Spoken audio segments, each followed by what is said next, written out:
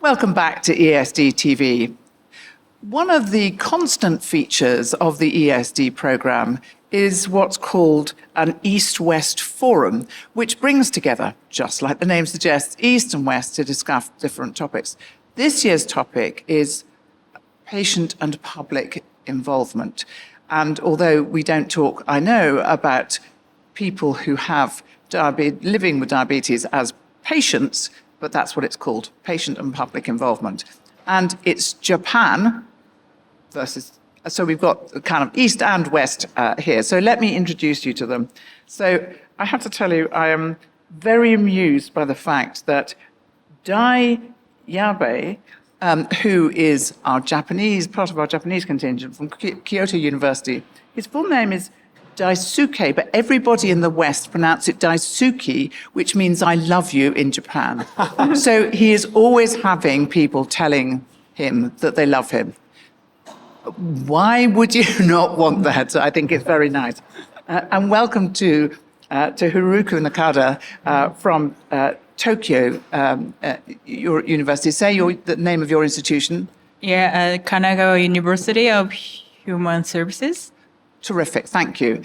Sean Dinneen, you've met him before on EASDtv, and he comes from the University of Galway in the west of Ireland. And finally, we have Ingrid Willaing, who's a consultant for the Danish Endocrine and Diabetes Academy in Copenhagen. So let's start off with kind of setting the ground here, because public involvement, people living with diabetes, and let's remember that you as diabetologists only see them for 4 hours a year perhaps, and the rest of the time they manage their own conditions, so they are experts. Their involvement in care is very substantial through the patient organisations. But what we're really talking about here is involvement in research. And after all, EASD is a research-based organisation. And that's actually rather more difficult. So who wants to start? I'm looking at you, Dai. How do you get people involved in research, and how do you do it in Japan? So today we have the two speakers from the Japan side, and one actually Haruka talking about the situations of the PPI in cancer research in Japan, which has been very well organized, very advanced. And another speaker, Yusuke, did tremendous presentations about his work at the Japan IDDM network, where they get the funding and find the researcher who do the very good work to fight against type 1 diabetes and provide the financial support. But from my point of view, Japan, especially the diabetes research area, has not been so employing the PPI.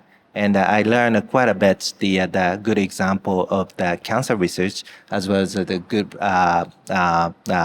example of the Denmark and the UK. So my mission right now is go back home and work with the colleagues in the JDS or Japan Diabetes Society or Japan Association for the Diabetes Education and Care to think about involving the patients in the decision-making process of what kind of research should be supported to improve the situations surrounding the people with diabetes.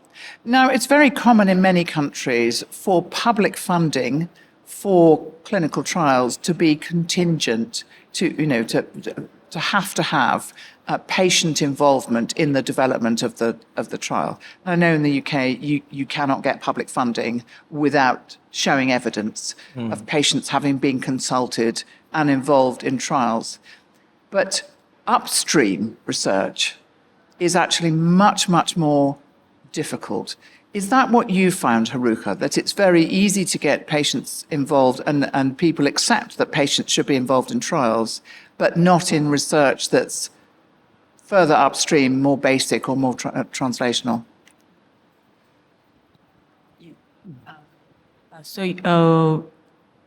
I think that as you mentioned, that public funding is very limited.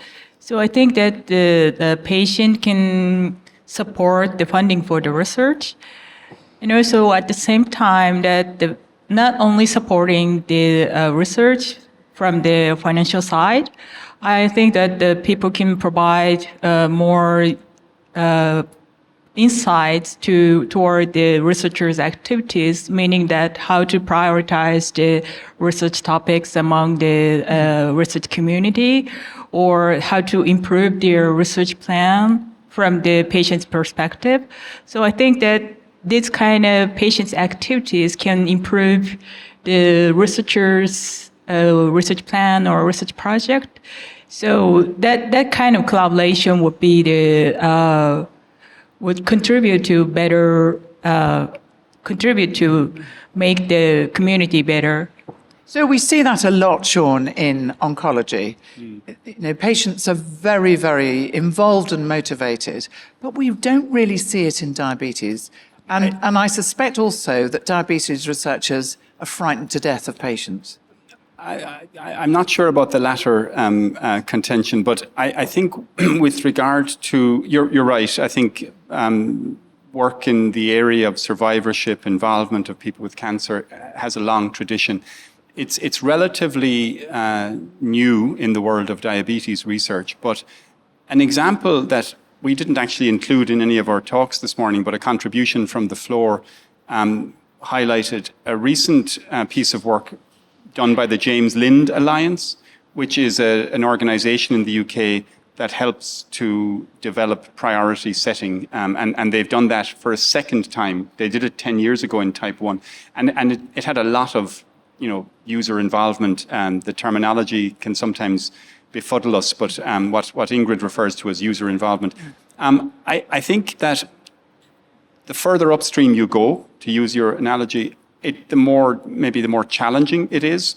But the work that I described this morning of working with young adults to try and reimagine care and try to reimagine how we organize our clinics and our care delivery, it has been very rewarding, for me to have a young adult panel.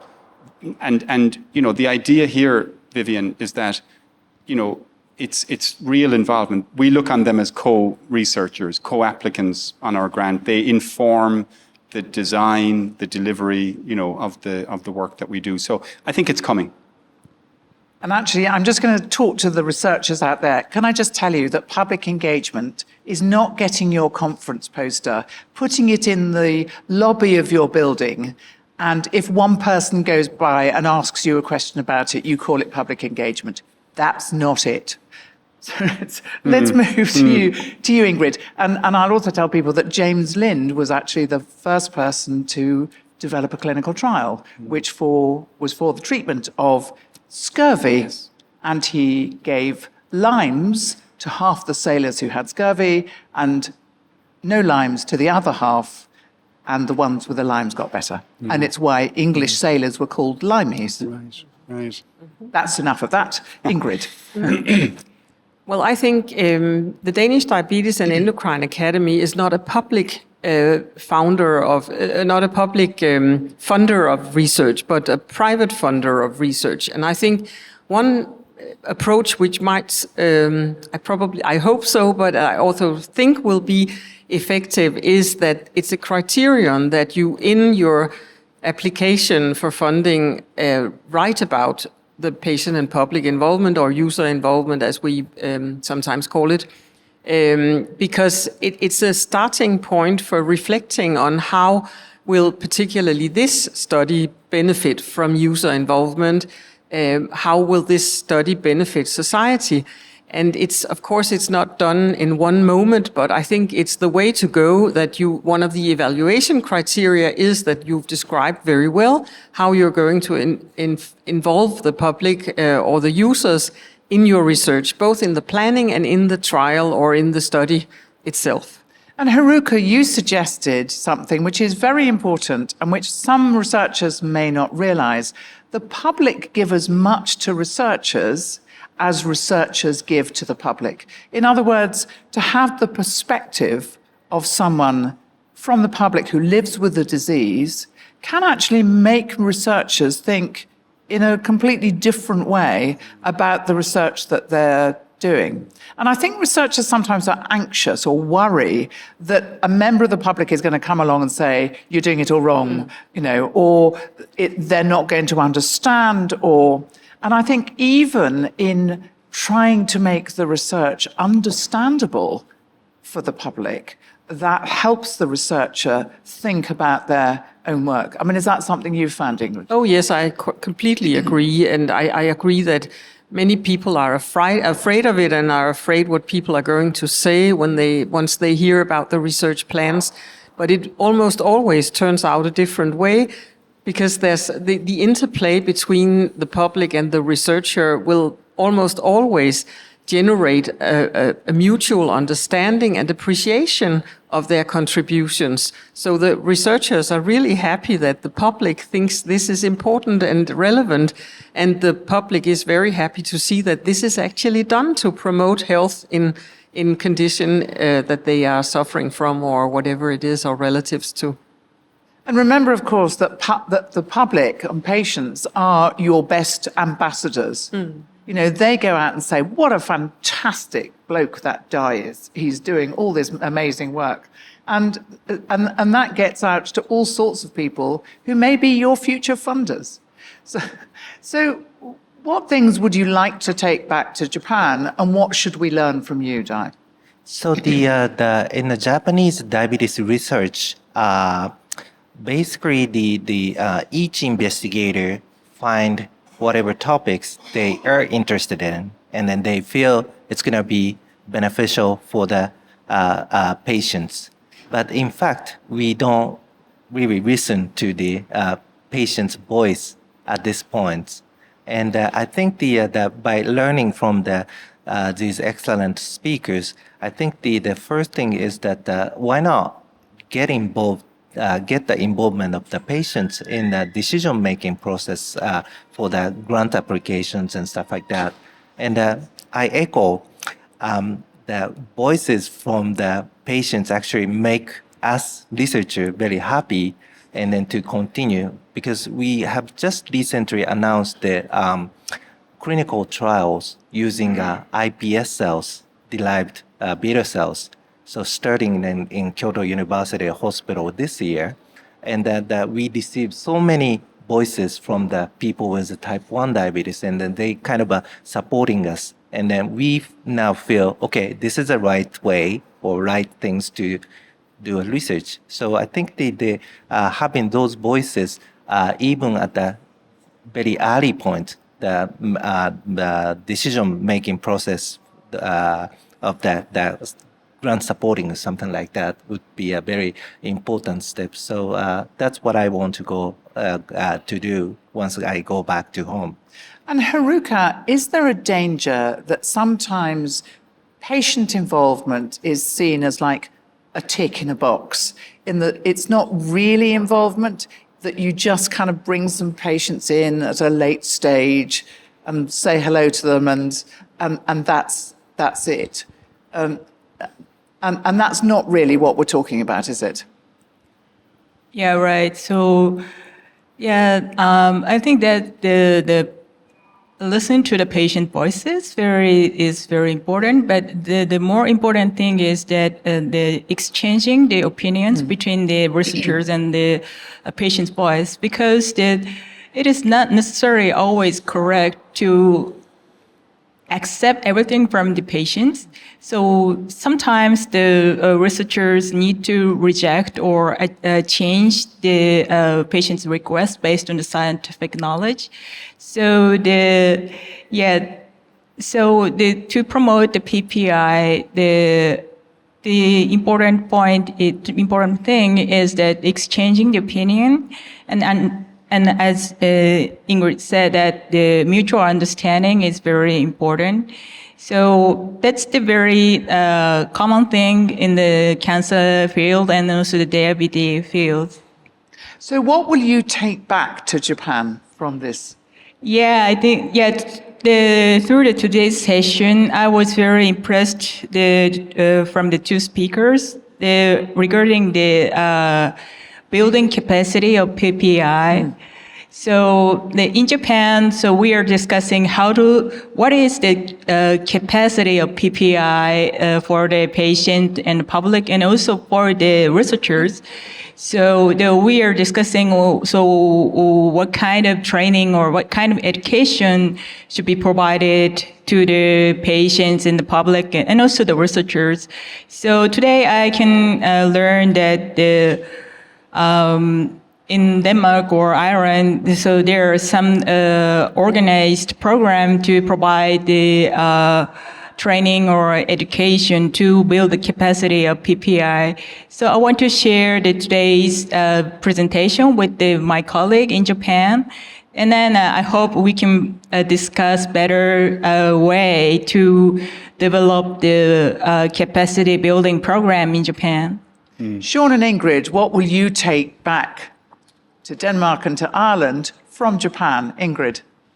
I thought it was quite interesting that the way you're working in your area with patient and public involvement, and it's a different approach that you're using, and it's sort of in a different situation. But I thought it was interesting to see the way that you did patient and public involvement.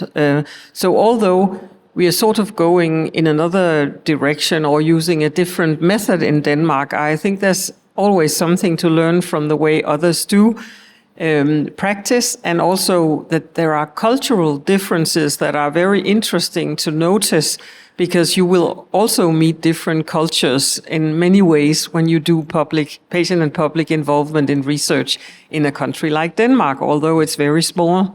So I noticed that you can do it in very different ways, and that works as well. Yeah. Sean. Yeah, I would agree with Ingrid. I've had the privilege of being involved in a few East-West fora over the years, and it's about listening and learning from each other. Our societies are different. You know, the way we approach care delivery, or in this case, the way we approach research.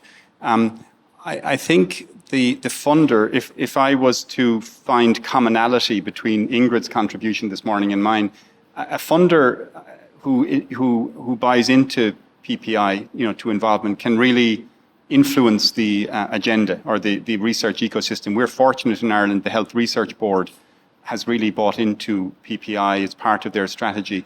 And yet I don't know if that's the way it will happen in Japan. I have a sense that there is an appetite for it. And I think, to your point earlier, Vivian, I think it's really important, the researchers maybe listening to this piece, it's not easy to do it well. It's about building a relationship, building partnership. It's not about the box ticking at the last minute when you're writing the grant. So I think not to represent, doing it well takes time, effort, and money. Yeah.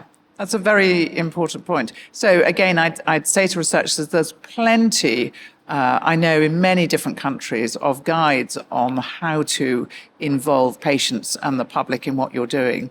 And if you don't think that you're particularly good at talking to the public, and actually some of us are not so good at doing that, then find someone else in your team who is good at it, and not only give it to them, but make sure you support them in doing that work, and that you help resource it as well from your team budget.